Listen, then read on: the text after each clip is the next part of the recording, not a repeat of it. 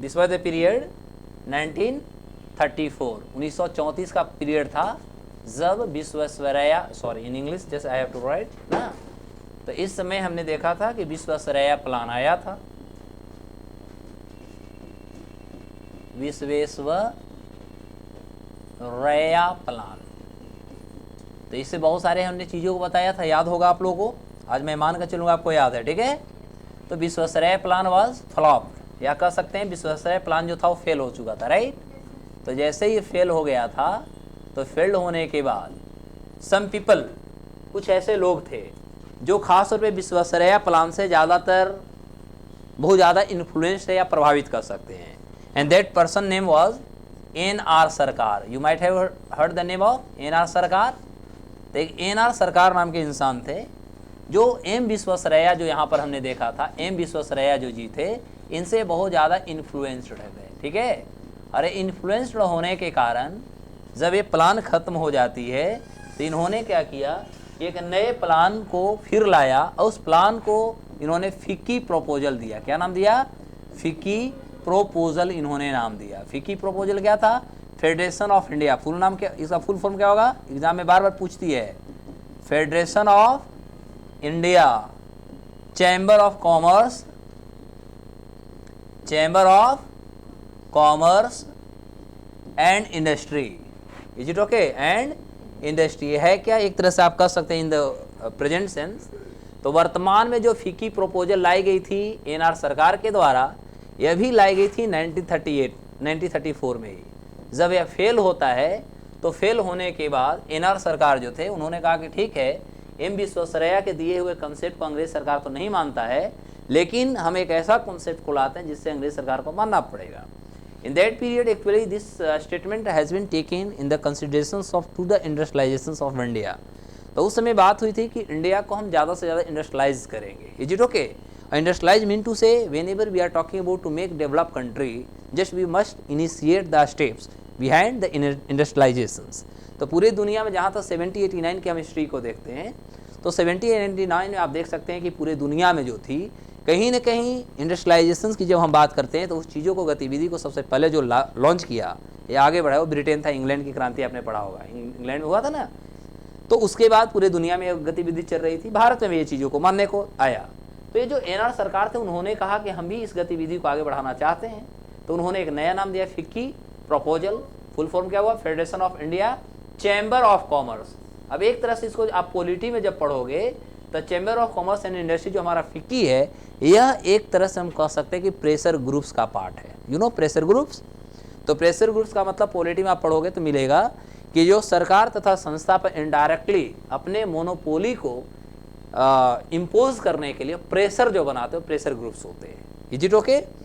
तो ये जो होती है, यह एक तरह से कह सकते हैं फिक्की जो भी वर्तमान में है, यह फिक्की है क्या, तो एक तरह से कह सकते हैं भारत में जो बड़े बड़े कॉरपोरेट है ना, बड़े बड़े उद्योगपति, उन सभी का यह एक संगठन है, या कह सकते हैं एक ऑर्गेनाइजेशन है, या कह सकते हैं एक एसोसिएशन है। क्लियर हो गया? तो यह एसोसिएशन का कॉन्सेप्ट जो थी, यह 1934 में M विश्वेश्वरैया प्लान फ्लॉप होने के बाद NR सरकार ने गतिविधि को लाया था। इनका भी जो सबसे ज़्यादा जो फोकस थी, यह भी फोकस था कि हम इंडस्ट्री को आगे बढ़ाएंगे। किसको बढ़ाएंगे?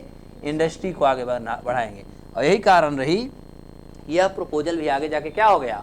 फ्लॉप हो गया, यानी फेल हो गया। सो राइट डाउन फास्ट, जितना जल्द हो सके इसे लिखेंगे, फिर हम आगे बढ़ेंगे। तो फिक्की प्रपोजल आपसे पूछेगा, पहला तो एग्जाम में BPSC UPSC में पूछता है कि फिक्की का फुल फॉर्म क्या है, क्या। तो अब देखेंगे क्या हुआ। हमने क्या बताया अभी कि जो फिक्की प्रपोजल आया था, तो सॉरी जो बम्बे प्लान, क्या नाम, सॉरी M विश्वेश्वरैया प्लान, आगे स्पीड हो रहे हैं। तो जो विश्वेश्वरैया प्लान आई थी, तो विश्वेश्वरैया प्लान जब फ्लॉप हो गया, यानी असफल हो गई, उसके बाद M विश्वेश्वरैया से जो सबसे ज़्यादा हम कह सकते हैं जो प्रभावित थे, क्लियर, वे व्यक्ति में एक नाम था NR सरकार का, जिन्होंने वो फ्लॉप होने के बाद ठीक वही जो उनकी पॉलिसी थी, मोटो थी, एजेंडा था, उसी आधार पर इन्होंने एक नया कॉन्सेप्ट लाया जिसको नाम दिया गया फिक्की प्रपोजल। क्लियर हो गई? और फिक्की प्रपोजल की जो अध्यक्षता कर रहे थे NR सरकार कर रहे थे। फिक्की का फुल फॉर्म समझ आया। अब होता है कि 1934 के बाद हम आ जाएंगे 1938 में, 1938 में। 1938 में आया द कांग्रेस प्लान। क्या आया? द कांग्रेस प्लान आया। ये जो कांग्रेस प्लान आई थी, इसमें खुद महात्मा गांधी जी जो थे, ये महात्मा गांधी भी इसमें इन्वॉल्व थे। ध्यान दीजिएगा, Mahatma Gandhi was also involve. तो ये भी जो एक प्रपोजल आया 1938 में जो आया, एक कांग्रेस प्लान आई, लेकिन ये बहुत ज़्यादा कह सकते हैं पॉजिटिव या बहुत ज़्यादा कार्य नहीं कर पाया। इसके बाद लास्ट में आता है एक प्रपोजल। इस प्रपोजल या जिस प्लान को हम कह सकते हैं कि वह 1944 टू 1945 में एक आता है, जिसका नाम था बॉम्बे प्लान। क्या नाम था? बॉम्बे प्लान। आपने सुना होगा। तो ये जो बॉम्बे प्लान थी, इसमें टोटल 8 इंडस्ट्रियलिस्ट थे, यानी 8 जो उद्योगपति थे। और ये 8 जो उद्योगपति थे, सभी कहाँ के थे? ये सारे बॉम्बे के थे। क्लियर हो गई? तो बॉम्बे के जो 8 उद्योगपति थे, उनके द्वारा एक नया प्लान लाया गया, the plan the economy for India development. इस तरह से मैं लिखवाऊंगा, ठीक है। तो इन्होंने 8 लोगों ने मिलकर के भारत के सामने कि भारत की इकोनॉमी को कैसे डेवलप किया जाए, देश को कैसे अच्छा बनाया जाए, कैसे सस्टेनेबिलिटी लाया जाए, इसको लेकर के 1944 टू 45 में एक नया हमारे यहाँ पॉलिसी आती है, जो बॉम्बे के 8 उद्योगपति, जिनका नाम लिखवाऊंगा, पुरुषोत्तम दास टंडन के नाम सुना होगा। सुना है? पुरुषोत्तम दास नहीं नाम सुने हो? तो 8 उद्योगपति के भी हम नाम लिखवा देता हूँ। तो 8 उद्योगपति ने मिल करके एक बॉम्बे प्लान को लाया था। तो लिखेंगे, मैं आगे बताता हूँ। लिखेंगे इन 1938 the Congress plan was brought, the Congress plan was brought in which the Congress plan was brought in which Mahatma Gandhi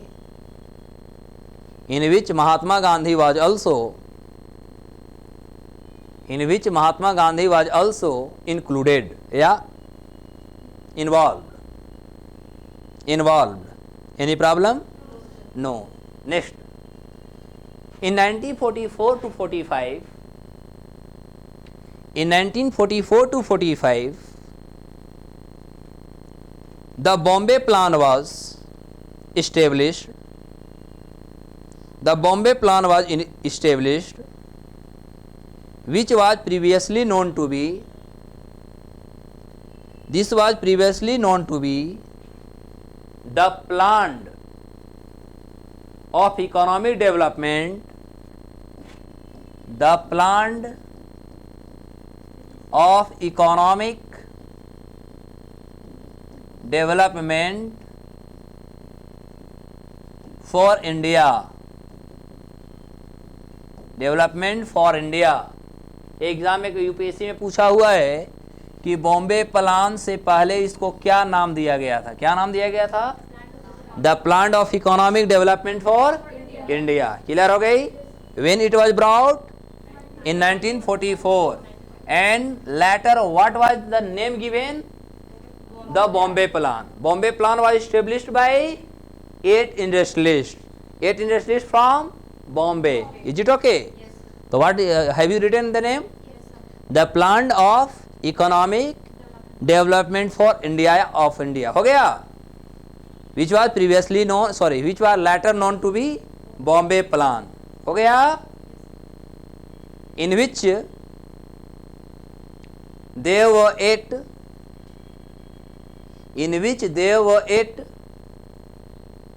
industrialists. There were 8 industrialists got started this proposal or got started this plan, was named as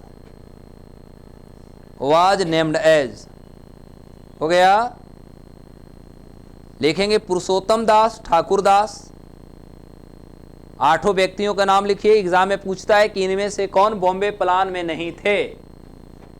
पुरुषोत्तम दास, ठाकुर दास। एक व्यक्ति कितना बड़ा नाम है? रख दो, अच्छे से रख दो ना, नीचे रख दो ना। पुरुषोत्तम दास, ठाकुर दास, जी हाँ। Second name JRD Tata, yes, JRD Tata, दूसरा next name GD Birla, GD Birla,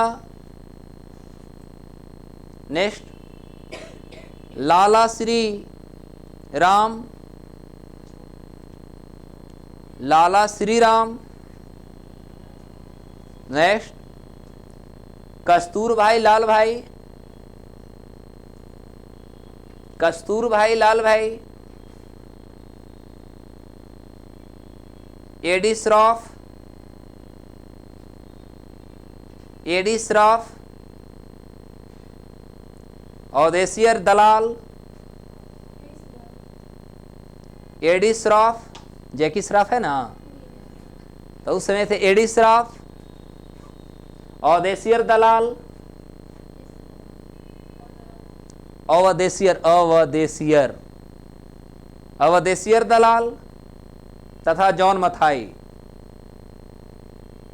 तथा जॉन मथाई, तथा जॉन मथाई। देखेंगे तो 8 नाम हो गया। जॉन मथाई। यूपीएससी क्वेश्चंस क्या पूछेगी आपसे? ऐसे पूछेगा, कहेगा in which one is not involve या included with Bombay plan. Clear हो गई? बॉम्बे, इनमें से कौन है जो बॉम्बे प्लान से जुड़ा हुआ नहीं है? अब ये 8 आपको नाम रहेगा तो आंसर मार सकते हैं, मार सकते हैं ना। तो ये बॉम्बे प्लान भी लाई गई थी, ये बॉम्बे के 8 उद्योगपतियों के द्वारा ये लाया गया था। क्लियर हो गया? अब उद्योगपति हैं तो क्या सोचेंगे, खेती को बढ़ाएंगे या इंडस्ट्री को बढ़ाएंगे? इंडस्ट्री को बढ़ाएंगे। क्या आपको लगता है कि ये भी फुलफिल हुआ होगा, बढ़ा होगा? नहीं ना, ये भी जा करके कहीं ना कहीं अंग्रेज इसको सफल नहीं होने दिया। अब होता है हमारा 1944 में एक गांधीयन प्लान आता है। कौन सी प्लान आता है? गांधीयन प्लान आता है। ठीक है, एक गांधीयन प्लान जो आया था, एक गांधीयन प्लान को किसने लाया? तो गांधीयन प्लान लाने वाले एक नारायण अग्रवाल जी थे। कौन थे? नारायण अग्रवाल साहब थे। ये नारायण अग्रवाल जो थे, एक गांधी जी का कह सकते हैं स्टॉन्च फॉलोवर थे। स्टॉन्च फॉलोवर समझते हैं ना? कट्टर विरोधी नहीं, फॉलोवर का मतलब होता है फॉलो करने वाला। ठीक है, यानी कह सकते हैं पक्का अनुयायी, कट्टर अनुयायी। अब समझ में आया? तो नारायण अग्रवाल जी जो थे, गांधी जी का staunch follower of Gandhi. Clear हो गई? और इन्होंने गांधी जी के दिए हुए विचारों पर एक नया प्रपोजल लाया दुनिया में, मतलब भारत में। वो 1944 था और उसे नाम दी गई गांधीयन प्लान नाम दी गई। यहाँ पर सबसे ज़्यादा जो ध्यान दिया गया था, वह ध्यान दिया गया कि just we have to develop agriculture. क्या डेवलप करना होगा? Agriculture plus allied sector. Clear हो गई? प्लस एलाइड सेक्टर्स को डेवलप करनी होगी। उसके बाद इन्होंने कहा कि जो हमारे पास स्मॉलर जो इंडस्ट्रीज़ हैं, ठीक है, स्मॉलर इंडस्ट्रीज़, या कह सकते हैं कि जो हथकरघा उद्योग हम लोग बोलते हैं, इसको हैंडीक्राफ्ट होता है ना, तो जो हैंडक्राफ्ट जो हमारी होती है इंडस्ट्री, वह हैंडक्राफ्ट इंडस्ट्री को हम आगे बढ़ाएंगे, जिससे कि देश की अर्थव्यवस्था को हम बहुत सुदृढ़ बना सकते हैं। क्लियर हो गया? तो these were focus why? Because agriculture and allied sector and I am talking about small industries and handicraft जो इंडस्ट्रीज था, दीज वर कंप्लीट। क्योंकि महात्मा गांधी जी जो हमारे राष्ट्रपिता रहे, वो अभी चरखा चलाते थे, याद आया? और चरखा चलाने का मतलब क्या हुआ कि कहीं न कहीं हम हथकरघा उद्योग को आगे बढ़ा रहे थे। स्वदेशी मूवमेंट में भी हमने यही देखा था। 1906 से 1911 तक स्वदेशी जब मूवमेंट चली, in which what was the period, तो उस समय भी हमने यही चीज़ देखा कि अंग्रेजों के द्वारा जो भी चीज़ें शुरू की गई थी, वे चीज़ों को हमने क्या किया? बाइकआउट किया। अब बाइकआउट करके हम इंडियन जो भी चीज़ें थे उसको हमने क्या किया? डेवलप करना शुरू किया। तो कहीं न कहीं गांधी जी भी जो थे, वह हथकरघा उद्योग तथा जो हमारा वोकल फॉर लोकल जो आज हम लोग बात कर रहे हैं, ये चीज़ को गांधी भी आगे बढ़ाना चाहते थे। और इन्हीं के कॉन्सेप्ट के आधार पर जो गांधीयन प्लान एम.एन. रॉय जो नारायण अग्रवाल जी जो ने लाया, इन्होंने इसी चीज़ को आगे लेकर के आया और इसको आगे करने की कोशिश की गई। ओके, तो इसको भी लिखेंगे 1944 में Gandhian plan. B fast.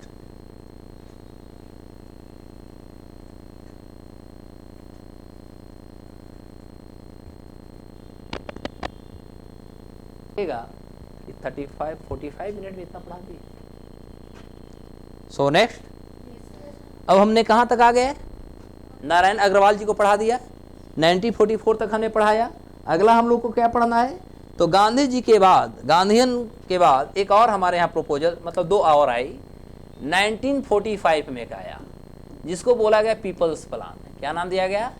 People's plan नाम दिया गया। ये पीपल्स प्लान्स क्या था साहब? People plans was brought by, या कह सकते हैं ये जो लाया गया, ठीक है। तो ये ब्राउट बाई, लाया गया M.N. रॉय के द्वारा। M.N. Roy, you might have heard the name, पहले भी बताया होगा मैंने, है ना। M.N. रॉय कौन थे साहब?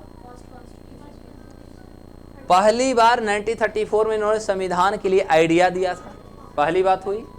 और सेकंड देखा जाए तो M.N. रॉय कौन थे? तो यह एक कम्युनिस्ट लीडर थे। कौन थे? कम्युनिस्ट लीडर थे। और भारत में कम्युनिस्ट पार्टी की स्थापना कब हुई थी? चलो यहाँ पर एक और चीज जोड़ देता हूँ। भारत में 2 तरह से कम्युनिस्ट हैं, एक कम्युनिस्ट पार्टी ऑफ इंडिया है, कम्युनिस्ट पार्टी ऑफ इंडिया है, और एक communist party of India Marxist है, सुना होगा। ऐसे होता है, एक होता है ऐसे हंसुआ, और हंसुआ में रहता है धान का बाल, समझ में आया। और एक होता है हंसुआ, और हंसुआ में होता है, इसको आप क्या कह सकते हो, इसको क्या बोलते हैं? हथौड़ी, है ना, हैमर।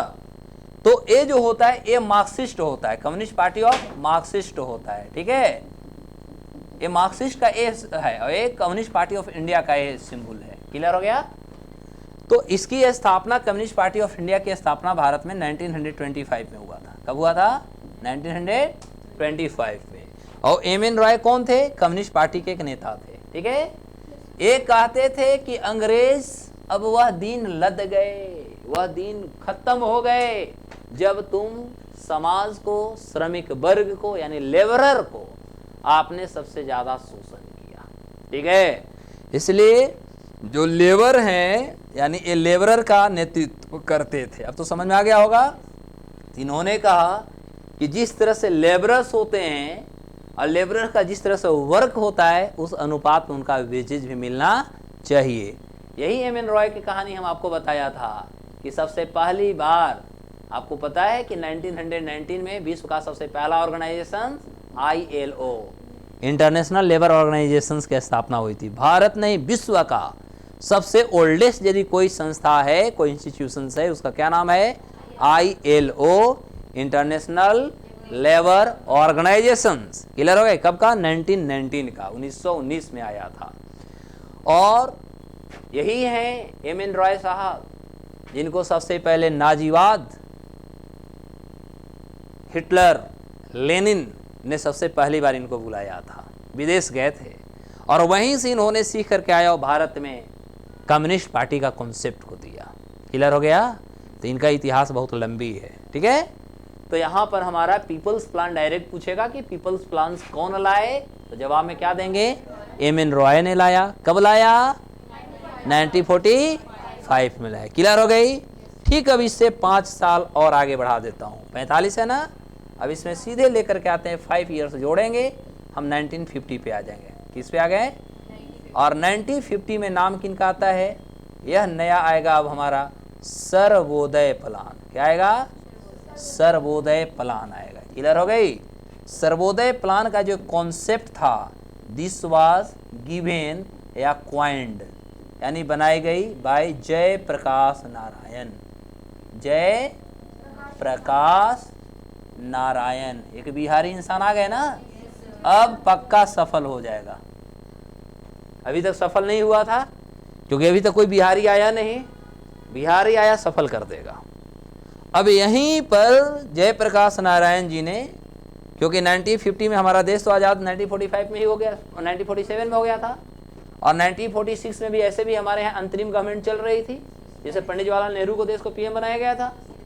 अब ये 1950 में सर्वोदय प्लान आती है, and Sarvodaya plan was advocated by Jayaprakash Narayan, और इन्होंने एक ऐसा कॉन्सेप्ट डेवलप किया कि भारत में बेरोजगारी कैसे खत्म हो सकती है, गरीबी खत्म कैसे हो सकती है, भ्रष्टाचार तथा भिन्न भिन्न प्रकार के जो हमारे पास सोशल जो फेनोमेना हैं, सामाजिक जो बुराइयां हैं, उसे खत्म करने के लिए इन्होंने सर्वोदय प्लान का कॉन्सेप्ट को दिया था।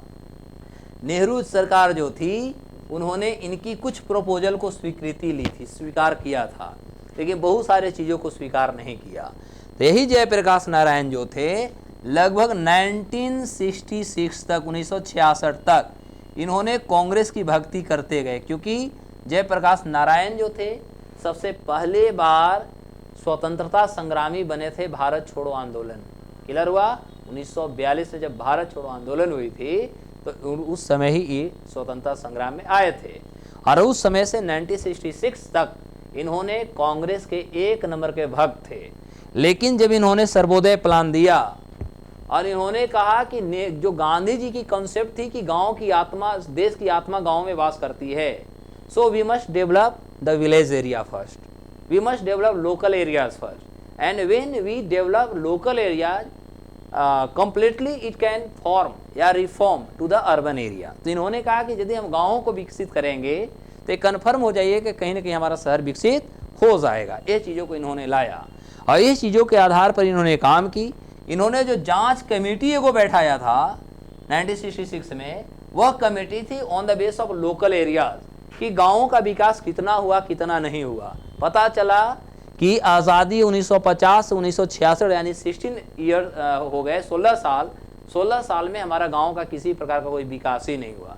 और नहीं विकास होने के कारण ही कह सकते हैं कि 1966 के बाद Jayaprakash Narayan was a staunch critics of the Congress, यानी 1966 के बाद से जयप्रकाश नारायण जो एक कांग्रेस भक्त थे, कांग्रेस के लिए जीते थे, 1966 के बाद एक कांग्रेस के पक्का कट्टर विरोधी हो गए और एक नया पार्टी की ओर आगे बढ़ गए। क्लियर हो गई? और फिर आपने देखा 1975 में इन्होंने कहा था इंदिरा हटाओ देश बचाओ, सुना था ना? तो अंत में ऐसी स्थिति हुई कि इंदिरा गांधी जी को बुरी तरह से भारत में हारना भी पड़ा था। Is it okay? तो यही जयप्रकाश नारायण जो हैं, जो बिहार के हैं, सुने हो? कहाँ के हैं? छपरा के हैं, सिवान के? तो यहाँ तक जल्दी लिखेंगे, फिर हम आगे प्लानिंग कमीशन पे आऊँगा। प्लानिंग कमीशन का निर्माण कैसे कैसे हुआ। तो हमने शुरू कहाँ से किया था प्लानिंग का कंसेप्ट? 1934 से। उससे पहले हम अमेरिका से शुरू किया था और रसिया से 1917 से, याद है ना? टेनेसी घाटी परियोजना। यस, सो बी फास्ट, कलम को दौड़ाइए, नहीं दौड़ाएंगे तो मैं दौड़ा दूंगा।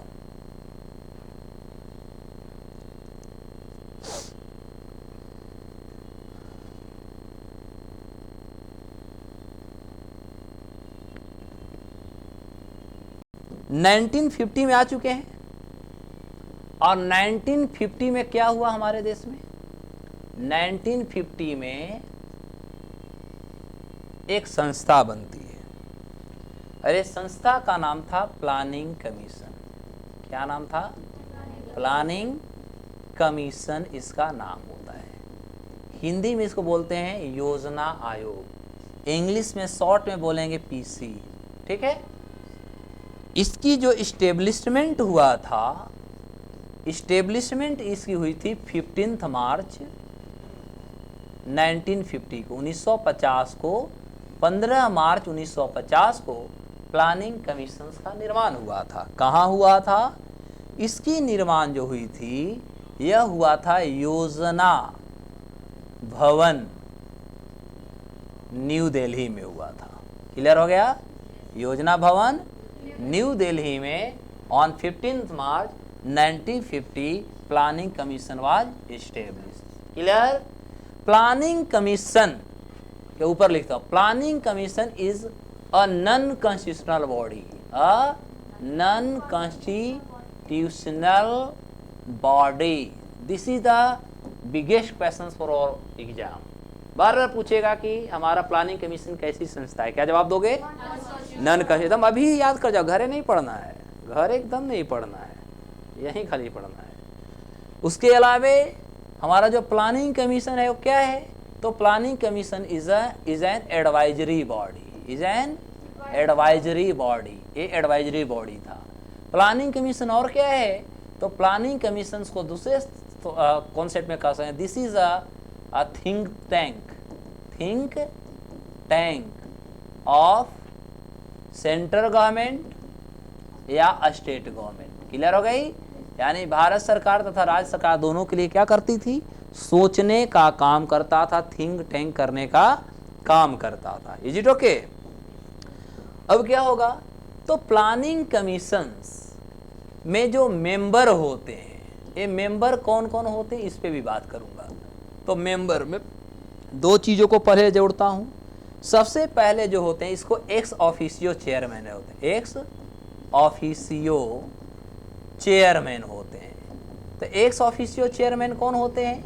जो देश का प्राइम मिनिस्टर होता है वही होता है इसका एक्स ऑफिसियो चेयरमैन, तथा इसका जो डेप्यूटी होता है, ठीक है, डिप्यूटी जो चेयरमैन होता है या डेप्यूटी चेयरमैन की जो नियुक्ति होता है अपॉइंटेड बाय, ऐसे समझो, appointed by prime minister. Is it okay? तो यहाँ पर दो चीज अभी लिखेंगे नहीं, एकदम बढ़िया से समझना, नहीं तो फिर मेरे को मत बोलना कि सर समझ में नहीं आया। आई वॉन्ट बी गारंटेड, साफ साफ बोलता हूँ, है ना।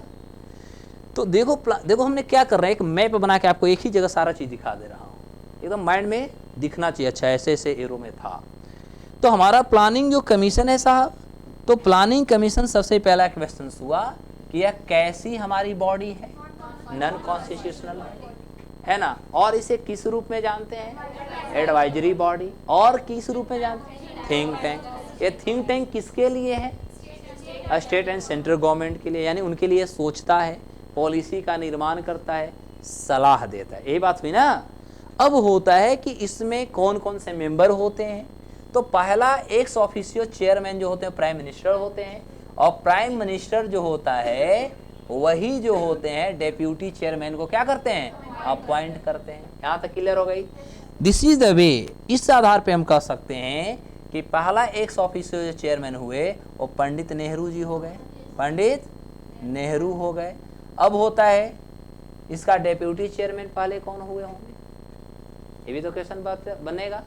मैंने पहले भी आपको बताया था डेप्यूटी चेयरमैन पहले बार कौन थे, याद कीजिए, एक दिन और हमने बताया है ना। एनीवन कौन थे याद कीजिए। कुछ देर हम याद करने के लिए टाइम भी देंगे, लेकिन आपको तो बताना पड़ेगा। Who was the first ex officio chairman, sorry deputy chairman of planning commission? ना ऑप्शन तो नहीं देता हूँ ना, सॉरी। याद तो आप ही को करना है, हम आगे बढ़ूंगा, नहीं बताएंगे तो फिर मैं बताऊंगा, लेकिन याद करना है। कुछ देर आप याद करके बताइएगा, दोनों काम कीजिए। अब आते हैं आगे। अब होता है कि जो प्लानिंग कमीशंस होता है, प्लानिंग कमीशंस का काम क्या था? What was the functions? ये भी क्वेश्चंस हो सकते हैं ना। What was the functions? याद नहीं आंसर आया उसका? थोड़ा सा दिमाग पे भार दो, जस्ट फोकस टू योर दिमाग। उस नाम से पटना में एगो स्टेशन है, उनके नाम से, और राजेंद्र नगर स्टेशन और पटना सिटी के बीच में स्टेशन है। राजेंद्र नगर स्टेशन और पटना सिटी स्टेशन के बीच, हाँ। तो उस व्यक्ति का नाम था गुलजारी लाल नंदा। क्या नाम था? गुलजारी लाल नंदा। ठीक है।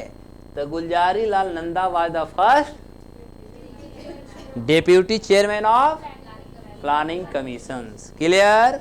अब ऐसा भी तो हो सकता है, तो ये दोनों जो हम लोग पढ़ रहे हैं, फर्स्ट पढ़ रहे हैं, ये फर्स्ट पढ़ रहे हैं कि first ex officio Nehru ji हुए और फर्स्ट।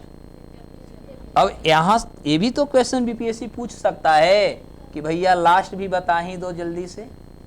तो लास्ट में इसमें कौन हो जाएंगे? मोदी जी हो जाएंगे। और यहाँ पर लास्ट में कौन होंगे? मोंटेक सिंह अहलुवालिया। मोंटेक सिंह अहलूवालिया, याद रहेगा? क्लियर हो गई? तो यहां पर दो क्वेश्चंस आपको आने वाले एग्जाम के लिए बनाएगा कि प्लानिंग कमीशंस का पहला चेयरमैन कौन था एक्स ऑफिसियो, और ये बार बार एग्जाम में पूछा है। आप लोग यदि सेट बनाए होंगे तो गुलजारी लाल नंदा हमेशा क्वेश्चन मिला होगा कि प्लानिंग कमीशन का उपाध्यक्ष पहले कौन थे। सेट मारे हैं? खैर नहीं मारे हैं, धन्यवाद, जाके मारना है, ठीक है। तो पहले कौन थे? गुलजारी लाल नंदा। अंतिम कौन हुए? मॉन्टेक्स अहलूवालिया। पहले एक्स ऑफिशियो चेयरमैन कौन हुए? नेहरू जी। और लास्ट कौन हुए? नरेंद्र मोदी जी हुए। Very good. तो फर्स्ट, अब इनका फंक्शंस क्या होता है? किसकी फंक्शंस हम बात कर रहे हैं? प्लानिंग कमीशन का। तो फंक्शंस इसका होता है टू मेक पॉलिसी, ठीक है, या plan for 5 years plan, for 5 years plan. यानी जो पंचवर्षीय योजना भारत में बनती थी ना, ये पंचवर्षीय योजना के लिए जो ड्राफ्ट तैयार होता था, ट्राई टू अंडरस्टैंड, क्या बताया हमने? ड्राफ्ट तैयार होता था। तो ड्राफ्ट मिनटू से हम कह सकते हैं पॉलिसी, ड्राफ्ट मिनटू से कह सकते हैं प्लान। तो जो प्लान तैयार होती थी, पंचवर्षीय योजना का जो प्लान तैयार होता था, यह तैयार कौन करते थे? प्लानिंग कमीशन का काम था प्लान को तैयार करना। और प्लानिंग कमीशन जब ये प्लान को तैयार करता था तो तैयार करने के बाद ये ट्रांसफर करता था, ठीक है। क्या करता था? ट्रांसफर्ड करता था। ट्रांसफर्ड किसको करता था? एनडीसी को। किसे? एनडीसी को। एनडीसी का full form national development council. क्या होगा full form? National development council. Clear हो गई? तो डेवलपमेंट काउंसिल क्या करता था? जो भी प्लानिंग कमीशन के द्वारा बनाया गया पॉलिसी थी, ड्राफ्ट थी, इसका एक काम करता था, चेक करता था, ठीक है, सही या गलत। और चेक करके फिर ये जो था ये ट्रांसफर किसको करता था? प्लानिंग कमीशन को, ठीक है। और फिर प्लानिंग कमीशन देता था लोकसभा को। बताओ कितने समय लग रहा है? आ रहा हूं। तो एनडीसी भी क्या है? इसकी स्थापना जो हुई थी, इस्टेब्लिश 6 अगस्त 1952 को हुआ था। क्लियर हो गया? ये भी क्या है? ये भी एक नॉन कॉन्स्टिट्यूशनल बॉडी है, नॉन कॉन्स्टिट्यूशनल बॉडी है। एक साथ दो इंस्टीट्यूशन लेके आ रहे हैं। अब इसका काम क्या है? तो इसका काम है कि प्लानिंग कमीशन के द्वारा जो भी 5 ईयर प्लान के लिए जो ड्राफ्ट तैयार किए जा रहे हैं, उस ड्राफ्ट को जांच करना। ये काम किसका था? एनडीसी का था। आगे ध्यान देना कि एनडीसी का जो एक्स ऑफिसियो चेयरमैन होता है, ऑफिसियो चेयरमैन होता है, यहाँ पर लिख देता हूं, तथा इसका जो हम कह सकते हैं डेप्यूटी जो चेयरमैन होता है, डेप्यूटी चेयरमैन होता है, या कह सकते हैं जो अदर इसके मेंबर्स होते हैं, अदर्स मेंबर्स होते हैं, किसका? इसका। ये सभी किसका? इसका। यानी जो प्लानिंग कमीशन के होते हैं वही कौन होते हैं? एनडीसी के भी होते हैं। अब समझ में आ गया? यानी यहाँ पर पहले नेहरू जी हुए तो इसका भी पहले कौन हुए? इसके लास्ट यदि मोदी हुए तो इसके लिए कौन हुए? इसके यदि पहले डेप्यूटी बने गुलजारी लाल नंदा तो इसके भी कौन बने? बात क्लियर हो गया? तो जो प्लानिंग कमीशन के जो होते हैं वही एनडीसी के भी होते हैं। एक और क्वेश्चन पूछा जा सकता है, हम प्रोबेबली सोचो कि पूछा जा सकता है, प्रोबेबली कितना हम क्वेश्चन बनाते रहते हैं। तो याद रखिएगा कि प्लानिंग कमीशन का जो रियल काम करने वाला होता है, जिम्मेवार इंसान, ठीक है, क्योंकि प्रधानमंत्री को भाइयों बहनों करने से फुर्सत तो मिलता नहीं है, चाहे आज की प्रधानमंत्री हो, उस दिन की प्रधानमंत्री हो, उनको तो भैया देश ही दिखता है। लेकिन बैठ के नीति कौन बनाएगा? जिसका दिमाग साफ रहेगा, या कह सकते हैं दुनिया का सारे समस्याओं से दूर रहेगा। खाली दिमाग रहेगा तब ना काम करेगा। और प्रधानमंत्री को इतने सारे दिन भर मीटिंग करना है तो प्लानिंग तैयार करेंगे नहीं ना, तो कौन करेगा? तो याद रखना कि जो डेप्यूटी चेयरमैन जो होते हैं ना, यह जो होते हैं रियल, ऐसे समझो, रियल फंक्शनिस्ट होते हैं, रियल फंक्शनिस्ट होते हैं। यानी रियल करता धरता जो चेयर होता है प्लानिंग कमीशन का, वो कौन करता है? Deputy chairman. क्लियर हो गया? अब आगे बढ़ता हूं। अब देखो क्या है, अभी इसमें बहुत सारे चीजों को सीखना होगा। तो प्लानिंग कमीशन और एनडीसी दो को हमने जोड़ लिया। अब इसका काम है बनाना, इसका काम है जांच करना, जांच करके फिर उसी को पास देना, फिर ये जाएगा लोकसभा, फिर जाएगा राष्ट्रपति। ये लंबा प्रक्रिया। पता चला कि जो बन रही थी तो कांग्रेस थी, बनते बनते टाइम काफ़ी हो गया, आया यहाँ, फिर यहाँ से पारित होकर गया वहाँ, आ गया बीजेपी, कहा कि बनाए हुआ कानून गलत है। तो इतने दिन में देश में खर्च हुए कि नहीं हुए? ये सभी जो मेंबर ये सब है, तो सबको पगार मिल रहा था कि नहीं मिल रहा था? पगार समझते हो? तो ये देश का कंसोलिडेटेड फंड, यानी देश का आम जनता का जो टैक्स से आया हुआ पैसा, यही ना खर्च हो रही है साहब। लास्ट में पता चला कि ये फ्लॉप हो गया। नहीं, हम नहीं मानेंगे, ये प्लान सही नहीं है। बताओ देश के फायदा या नुकसान? यही आज तक देश में 70 साल हुए, 60 साल हुए, खाली प्लानिंग बने न तो देश से अभी तक गरीबी खत्म हुआ, न बेरोजगारी खत्म हुए, और क्या बोले, छोड़ देते हैं इतने, है ना? अब तो समझ ही गए होंगे। और शिक्षा के तो खैर कहो नहीं, क्योंकि शिक्षा में तो खैर हम विश्व के नेतृत्व कर रहे हैं। और बिहार को तो और मत कहो।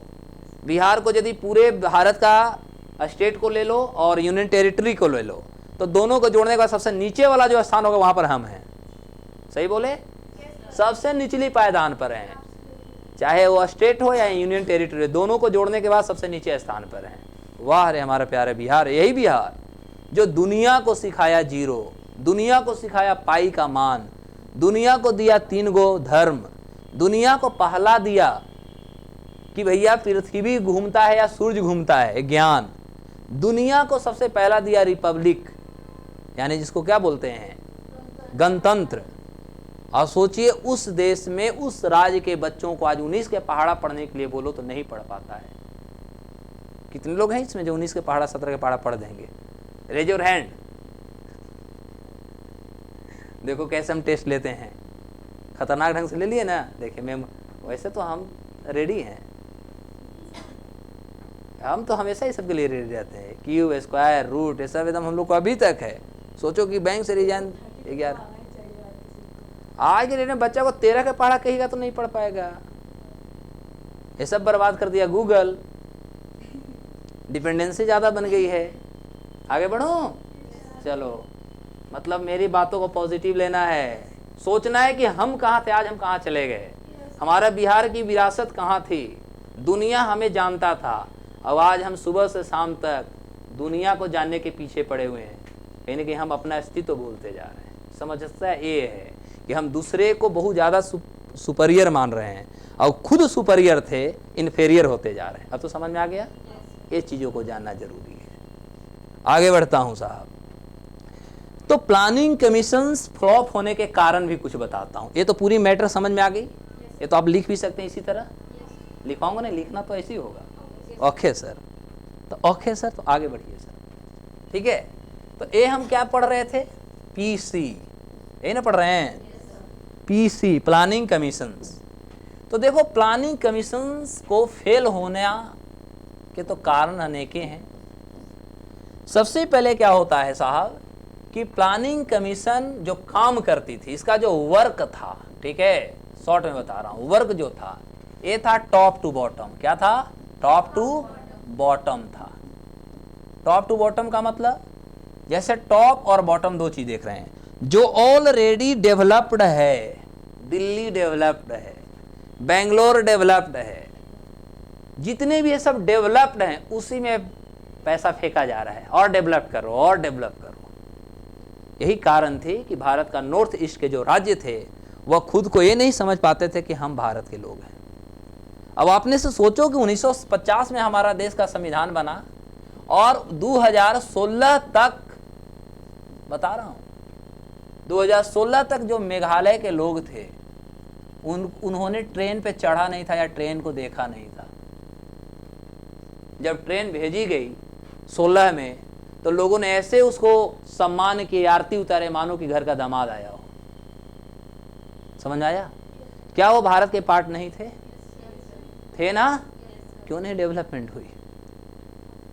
Question is this. पूर्वी भारत में ही बिहार भी आता है। बंगाल भी आता है। आखिर सबके विकास क्यों नहीं? आज भी भारत में जितने भी इंडस्ट्री आते हैं सूरत में लगते हैं, बॉम्बे में लगते हैं, नोएडा में लगते हैं। कभी आपने सुना है कि कलकत्ता में जा रही इंडस्ट्री लगने? कारण क्या हुआ? क्योंकि कहीं ना कहीं इस क्षेत्रों पर हमारा बहुत ज्यादा ध्यान नहीं गया। हम उसी चीजों को डेवलप किए कि मान लो कि केंद्र में मान लेते हैं कि कांग्रेस जी हैं और पता चला कि महाराष्ट्र में भी कांग्रेस है, तो चलो जितना पैसा दे महाराष्ट्र को डेवलप करो। पता चला कि बिहार में आरजेडी है, ऐसे समझो। बंगाल में कम्युनिस्ट सरकार है या ममता दीदी है, नहीं ये तो हमारे पार्टी का आदमी नहीं, इसको नहीं फंडे नहीं देना है, डेवलप करेगा। आगे समझो, आगे समझो, सच्चाई ये तो जानना पड़ेगा। यही तो सिविल का क्लास होता है जहां पर हम एनालिटिकल समझते हैं। दूसरी बात कि इसमें जो अदर मेंबर होते थे, अदर मेंबर्स कौन होते थे? स्टेट प्लस यूनियन टेरिटरी के जो भी हेड हुए, चाहे यहां पर सीएम हो गए, यूनियन टेरिटरी में 2 होते हैं, लेफ्टिनेंट गवर्नर होते हैं या एडमिनिस्ट्रेटर होते हैं, ठीक है। यहां पर होती थी, आपको कहा गया कि आइए हम मीटिंग ले रहे हैं, आप आते हैं तो भी ठीक, नहीं आते हैं तो भी ठीक, हम पॉलिसी बना दिए, पास कर दिए, मानना है तो मानिए, नहीं मानना है तो नहीं मानिए, विकास होगा। क्लियर हो गई? इसीलिए क्वेश्चन हमारे माननीय उस समय के जो प्रधानमंत्री थे पंडित नेहरू जी, वह 1956 का दौर आई थिंक रहा था। उस समय उन्होंने कहा था कि जो मैं प्लानिंग कमीशन का जो निर्माण किया था, जिस लक्ष्य को लेकर के, जिस एजेंडा को लेकर के, वह कहीं ना कहीं वो एजेंडा सफल होते नहीं दिख रहा है, इसलिए हमें प्लानिंग कमीशन को कोलैप्स कर देना चाहिए। लेकिन उस समय से अभी तक नहीं हुआ। इसी पे एक मूवी बना है एक्सीडेंटल पीएम, सुने हैं? समय मिले तो उसको देख लीजिएगा, कैसे कैसे देश में गलत हुई, उसी पर एक मूवी बना है एक्सीडेंटल पीएम, तो वो जरूर आप लोग देखिएगा, देखने लायक है। उससे आपको देश के विकास में कहाँ कहाँ समस्याएं आई है, कैसे नहीं डेवलप हुआ, वो सारे चीज़ों को रियलिटी दिखा दिया गया है उसमें, ठीक है। और वो भी मूवी बना था तो उसमें भी राजनीति हुए थे देश में। तो एक्सीडेंटल पीएम, उसमें अनुपम खेर आई थिंक हैं, और मनमोहन सरकार सेकंड टर्म का जितने जैसे कोल स्पेक्ट्रम घोटाला हुआ, 2G स्पेक्ट्रम घोटाला हुआ, सोसाइटी स्कैमिंग हुआ, वो सभी चीज़ों को दिखाया गया है। और प्लानिंग कमीशन को कैसे इन्वॉल्वमेंट रहा है इसमें, ठीक है। जैसे किसी पे आरोप लगता था तो सरकार वहाँ से मिनिस्ट्री छीन लेती थी, उसको भेज देता था कहाँ? प्लानिंग कमीशन का मेंबर बना करके। समझ आया? यहाँ भी वही मेंबर है और वही एनडीसी में भी वही मेंबर है, और यहाँ से कानून वहाँ से यहाँ, ये दोनों आपस में मिल करके बहुत कुछ काम कर रहेंगे, है ना। तो इसीलिए एक तरह से कहा गया था कि प्लानिंग कमीशन जो है अखाड़ा बन गया, राजनीति अखाड़ा बन गया है, कहीं ना कहीं विकास को ये रोक रहा था। क्लियर हो गई? तो ये था बाबू टॉप टू बॉटम, इतने से समझो, टॉप टू बॉटम। सरकार अब इसको हटा दी है, अब लाएगी, नीति आयोग लाई है, नीति आयोग का हम बात करेंगे। तो ये आपको पूरे कॉन्सेप्ट समझ में आया? ये फिगर क्या बनाया हमने? तो प्लानिंग कमीशन क्या था, एनडीसी का क्या रोल रहा, अभी हमने बहुत कुछ आपको इतने से बता दिया। अब इसकी आगे की चर्चा अगले दिन हम करूंगा और डेप्थ में, ठीक है। तो इसको आराम से लिख लीजिए। एंजॉयड? मजा आया? चलो ऐसे ही पढ़ना है एकदम थ्रूली, जैसे मैं पढ़ा रहा हूँ इसी तरह नॉलेज होनी चाहिए, क्योंकि मेरे जगह भी आप लोग को ही लेना होगा।